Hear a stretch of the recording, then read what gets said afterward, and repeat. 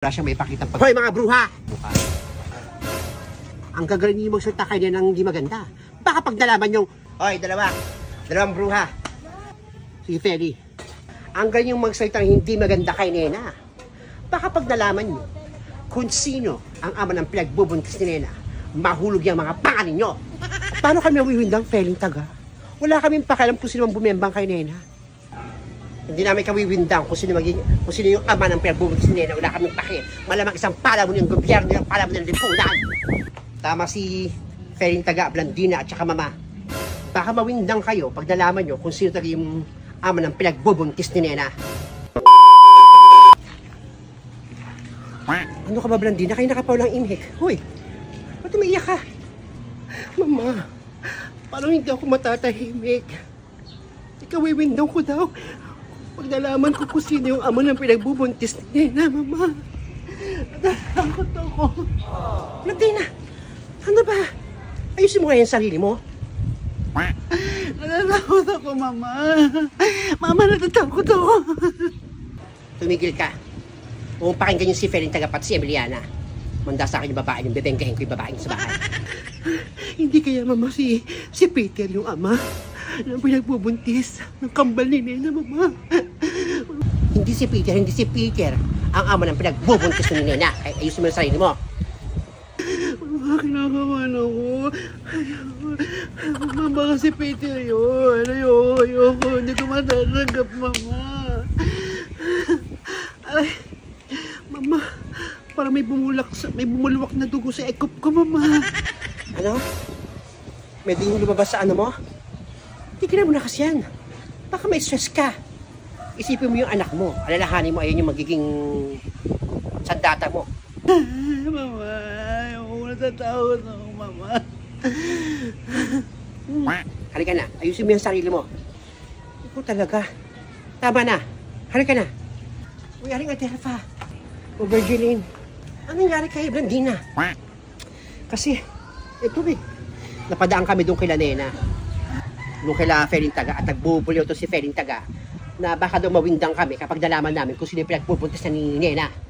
Ito, napraning na naman. At inisip na si Peter nga yung ama ng pinagbubuntis ni Nena. Ganun ba? May alam ka ba kung sino yung ama ng pinagbubuntis ni Nena? Alam ko kung sino yung pinagbubuntis, kung sino yung ama ng pinagbubuntis ni Nena. And the Virgin, kilala mo kung sino yung ama ng pinagbubuntis ni Nena. Kilalang kilala ko. Sino? Sino Virgin? Subukan mo lang Virgin na sabihin kung sino yung ama ng pinagbubuntis ni Nena. Matatanggalan ka ng mga ngipin. Sino? Sabihin mo na. Biyang tang 100,000. Hindi na Virgin, baka kilala mo. Nakikiusap ako sa'yo. Nakikiusap kami ni Mama, sabihin mo na kung sino. 100,000 kapalit ng impormasyong ibibigay mo. Yung 100,000, no? Sige na. Ay, hindi ko pala kilala. Ano? Hindi mo alam? Ano ka ba namang Virgin? Kala ka naman alam mo. Ay, ako, mayayam na yung 100,000 na yun. Hindi ko pala kilala. Sige na kayo. Ano, aling Adelfa? Blandina, pagaling ka. Hindi ko pala kilala. Hoy, Virgin! Virgin! Hoy! Ang babae mo talaga. Ako lang kwentang kaibigan. Mama, kahit si Virgil ayaw niya sabihin, tikom ang kanyang mga bibig. Gagawa ako ng paraan, Mama, para malaman ko kung sino talaga yung ama ng pinagbubuntis ni Nena. Halika na, Blandina, uwi na tayo.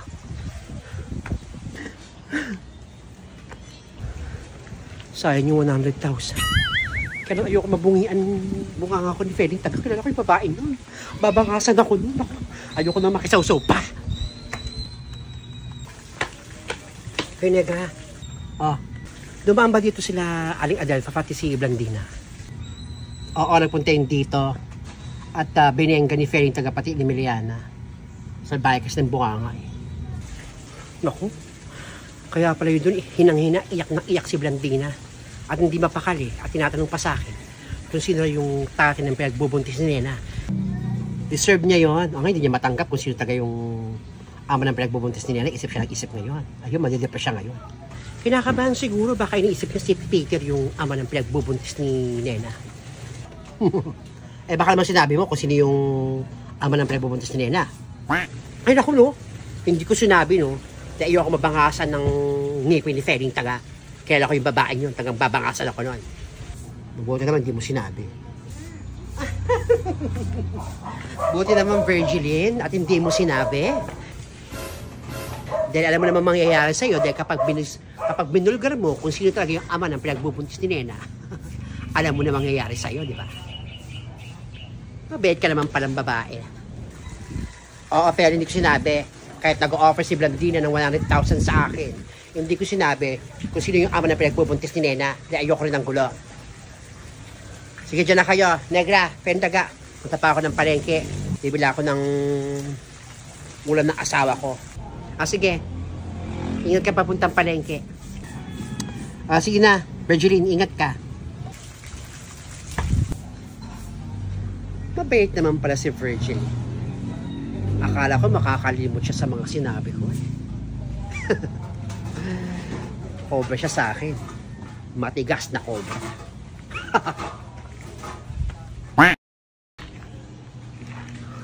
Ano ka ba, Blandina? Kayo nakapaw lang imhik. Hoy, ba't umiiyak ka?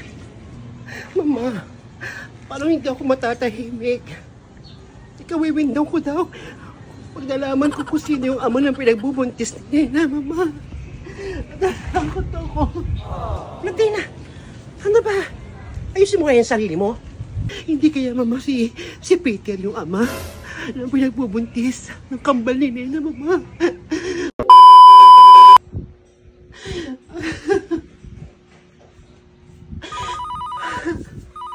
Hello, Peter.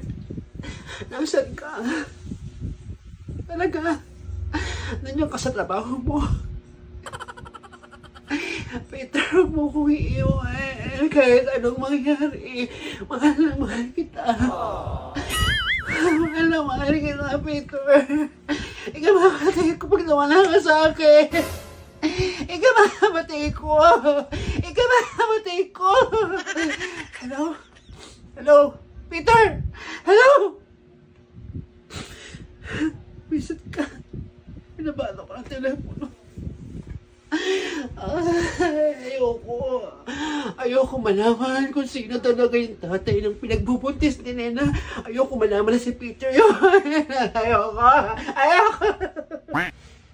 Ano ka ba, Blandina? Tumahimik ka na nga. Tumawag sa akin si Peter na asawa mo. Tawag ka ng tawag sa kanya. Tumigil ka na. Iniistorbo mo yung trabaho ng asawa mo. Hanggang ngayon, pendang pa rin ako. Natatakot ako. Mama! Tumigil ka na, ha? Naiirita na ako. Pasensya na, Mama. Iwan niyo muna ako mag-isa. Gusto ko pong mag-isa. Iiwan kita dito, pero gusto ko, tumigil ka na. Sakto sa tenga. Huwag mo nang isipin kung sino yung ama ng pinagbubuntis ni Nena. Hindi si Peter yon. Mga tambay, mga walang kwentang lalaki lang yun sa labas. Tumigil ka na, ha? Babayaran ko lang si Virgil. Total, may check-in naman ako dyan. Bibigyan ko siya ng 1 milyon. Para malaman ko sino yung tatay ng pinagbubuntis ni Nena.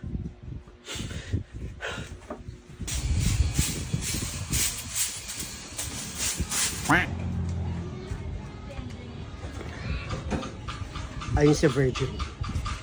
Susupalpalin ko to ng pera. Para umamin siya kung sino ama ng pinagbubuntis ni Nena. Alam niyo. Alam ko mukha kang pera. Mabibili ka ng pera ko.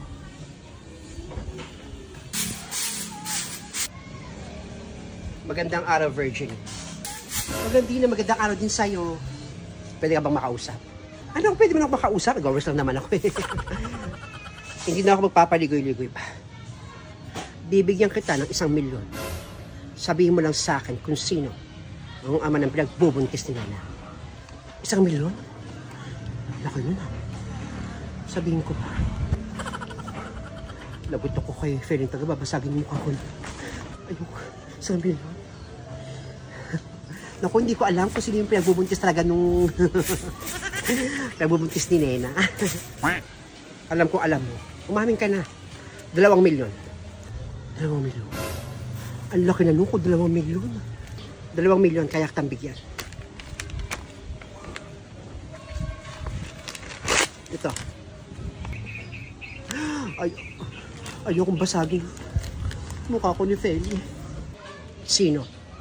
Sino ang ama ng pinagbubuntis ni Nena? Talagang hindi titigil to sa Blandine.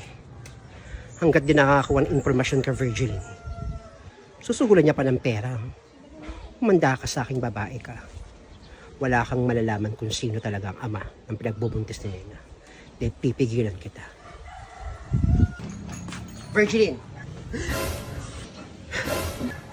Huwag mong tanggapin yung cheque ng babaeng yan. Lahat ng cheque niyan talbog. Alam mo bakit? Kasi hindi na yan pinadadalahan ng kanyang nanay ng pera. Lahat ng bank account niyan naka-freeze na. Kahit yung mga credit card niyan, close na rin eh. At alam mo ba, Virgilin, ang ulam ng mga yan kanina, itlog lang. To make it special, nilagyan pa ng sardinas tsaka kamatis. Wala naman pala itong laman eh. Blandine eh. Bigyan mo pa akong 2 milyon. Tumigil ka, Emiliana. Hindi talbog itong mga cheque ko. Tumigil ka na, Blandina. No? Tumigil ka na sa kahibangan mo. Saksak mo sa baga mo yung cheque mo. Talbog naman lahat yan. Kapal ang mukha mo, Virgil. Ayaw pang tumanggap ng 2 milyon. Sa isang impormasyon lang. Babalikan kita. Babalikan kita. Ipapakash in ko lang itong pera. At isasampal ko sa mukha mo, Virgil. At ikaw, Emiliana ka, masyado kang pakialamera.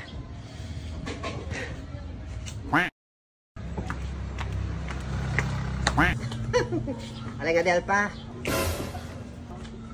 balita ko, windang na raw yung peke mong manugang na si Blandina sa kakaisip kung sino nga ba yung tatay ng ama ng pinagbubuntis ni ni Nena. Wala akong panahon sa Feli. Tsaka pwede ba, maraming pera si Blandina. Ba't kailangan niya ma-depress? Ba't kailangan niya ma-stress sa mga kagaya ng mga isang kahig, isang tuka? Kaya niyang bilhin niya bahay mo. Alam mo kung sino ka, wala kang pakialam. Pakalaman mo yung buhay mo.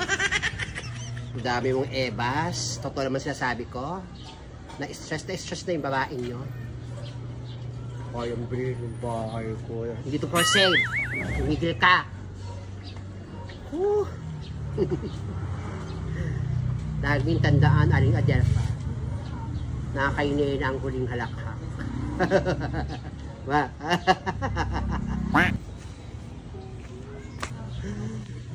Wish na matanda yun. Kaya Aling Adelpa, pakalamera. Ba't parang bad trip kayo? Wish kasi itong si ano, nabubwisit ako dito kay Feling Taga, lagi nakikialam sa buhay ko. Naku, muna kasi pinapapansin niyo si Feling Taga. O nga pala, totoo po ba yung 2 milyon? Paano mo nalaman? Naku, kwento sa akin ni Virgilin. Nag-offer daw si Blandina ng 2 milyon para lang malaman ko sino yung tatay ng pinagbubuntis ni Nena. Oo. Kayang bayaran ni Blandina kung sino man makakapagbigay ng informasyon. Kung sino nga ba yung tatay ng pinagbubuntis ni Nena na yan. Huwag kayong mag-alala, Aling Adelpa. Ako gagawa ng paraan at lulutas at tutuklas kung sino nga ba yung ama ng pinagbubuntis ni Nena. O sige, gumawa ka ng paraan para malaman mo kung sino talaga yung tatay ng pinagbubuntis ni Nena. Sabihin mo agad sa amin. Malay mo sa ibang punting 2 milyon na pabuyan ay bibigyan ni Blandina. Galingan mo ha. Nang makaahon ka sa hirap. Tama ho kayo. Baka makaahon ako sa hirap. Sayang din ho yung 2 milyon. Buwisit na Alicia mo na to. Ano kaya pinaplano niya? Ano kaya sasabi niya kay Aling Adelpa? Manda sa akin tong babaeng to eh. Baka makasawsaw pa sa issue. Sige, punta pa ako dun sa bahay namin. Si Blandina medyo na giiyak at di mapakalihat. Sige ho, Aling Adelpa. Sige, dyan ka na. O, Alicia, alam ko may pinaplano ka. Nakwento ko siya about sa 2 milyon na ibibigay ni Blandina para malaman kung sino yung tatay ng pinagbubuntis ni Nene. Baka may pinaplano ka, Shabu, ha? Tigilan mo na yan. Gulo ang pinapasok mo. Hayaan mo sila. Huwag kang makisawso sa issue nila. Nakikisali ka pa. Di unahin ang buhay mo. Pag nakisali ka, maraming wawasak ng test mo, sabi ko sa'yo. Marami kang makakalaban. Tigilan mo na yan. Makinig ka sa akin. Sayang kasi yung 2 milyon. Kailangan ko yung perang na. Huwag mong pang hinayahan yung 2 milyon na yun. Eh kung gulo naman yung balik sa'yo, karma naman. Hayaan mo sila. Hayaan mo si Aling Adel pa, si Blandina makadiscover kung sino ba yung nakabuntis niya kay Nena. Ay nako, wala akong pakialam kung gulo ang hatid nun. Basta ako, gusto ko magkaroon 2 milyon. Kung ayaw mo, akin na lang. Nandun yung anak mo umiiyak. Gutom na, wala pang almusal. Unahin mo yun. Alam kong gutom na yung mga anak ko, kaya ang gumagawa ko ng paraan eh. Para magkapayara eh.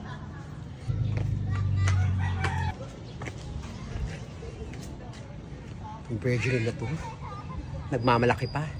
Ayaw pa ng 2 milyon. Negra, magandang araw. Bigay ko sa'yo, Chicharon. O nga pala, Negra, may tanong ako sa'yo. Sino ba yung tatay ng pinagbubuntis ni, tatay ng pinagbubuntis ni Nena? Yun naman pala eh, Shabu. Kaya ka siguro nagbibigay sa akin ng chicharon kasi inuuto mo ko, baka sakaling madala mo ko at gusto mo malaman yung tatay ng pinagbubuntis ni Nena. Pues, hindi mo malalaman sa akin yon at hindi mo ako mauutos sa chicharon na yan. Uwi mo yan sa inyo. Tatanong lang naman. Basta nga rito. Ang ayoko ng maraming chismosa sa tindahan ko. Ewan ko sa'yo. Nagtatanong naman ako sa'yo. Oo, naalis na ako. Natanong ko lang naman. Visit ka? Alis! Visit Shabu na yun. Kaya mauto niya ako, ha? Akala ko maganda yung intention niya. Gusto lang palang malaman.